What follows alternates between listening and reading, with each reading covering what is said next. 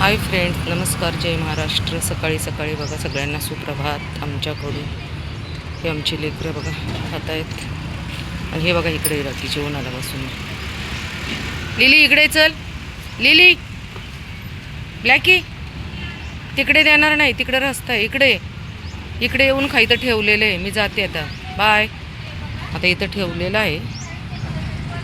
आमच्या ब्लॅकीचं आहे की नाही, मला वेगळं वेगळीकडे द्यायचं. चला बघा, सूर्य आलेला आहे वरती. खा रे बाळा, मी आहे, नो टेन्शन. नीट खा, कारण रस्त्यावर द्यायचं पण लोक खूप त्रास देतात. पण काही दुकानदार खरंच त्यांचं मनापासून आभार की बाबू. बाय. हाय फ्रेंड्स, नमस्कार, जय महाराष्ट्र. हा आमच्या सोसायटीत होता. 2 वर्ष झालं तो या सोसायटीत आला. इथं कोणी खायला देत नाही.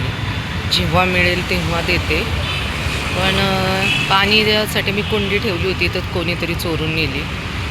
तर प्लीज अशा मुक्या प्राण्यांसाठी थोडंसं खायला द्या, कारण थंडीचे दिवस चालू आहेत. चल बाबू खा. काहीतरी होतं मार्केटमधला बाबू. आणि इथं एक ऑफिस आहे, तर तिथली लोक येत नाही, यांना खायला देतात.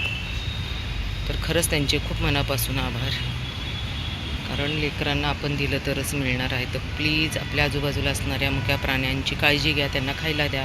आजारी पडले तर दवाखान्यात न्या, कारण आपल्यावरच ते अवलंबून आहे. त्यांना बोलता येत नाही, सांगता येत नाही, पण ते नजरेने सर्व काही सांगतात. हे दोघं पण सेम दिसतात. हा बघा, ह्याचं मग मी आतमध्ये आणून ठेवलं खायचं. तो मला बाहेर भेटलेला हिरो. इथले लोक खरंच खूपच छान आहेत, कारण यांना आतमध्ये खायला देऊन देतात. खरंच यांचे मनापासून आभार. हिरो, काय खाऊन झालं? खूप उशीर झाला आहे आम्हाला, कारण अंधार पडलं आहे टेकडीवरती यायला रोजच्यासारखंच. कोण नाही आहे?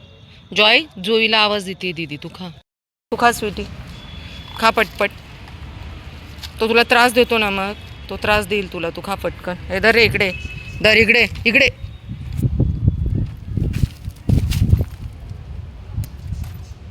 देते ना, 2 मिनटं थांब ना, अजून देते ना. किती खातोस रे एकटाचे एकटा?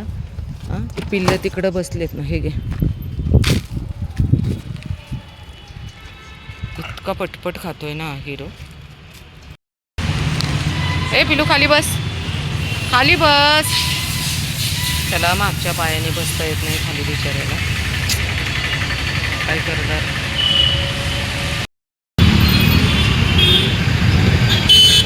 पुढिया, त्या बाईने नक्की आहे ना काय केले कळेना. बरेच डॉगी नाही, एवढी खतरनाक बाई आहे ना ती. सुशिक्षित शिकलेली बाई आहे, बॉयकट आहे, 4 व्हीलर चालवते, पॅन्ट शर्ट घालते. इतके तिचे नीच आणि खालच्या दर्जाचे विचार आहेत ना. तिने ना बऱ्याच डॉगींना मारलेले आहे. खूप लाकडाने मारतात त्यांना आले की.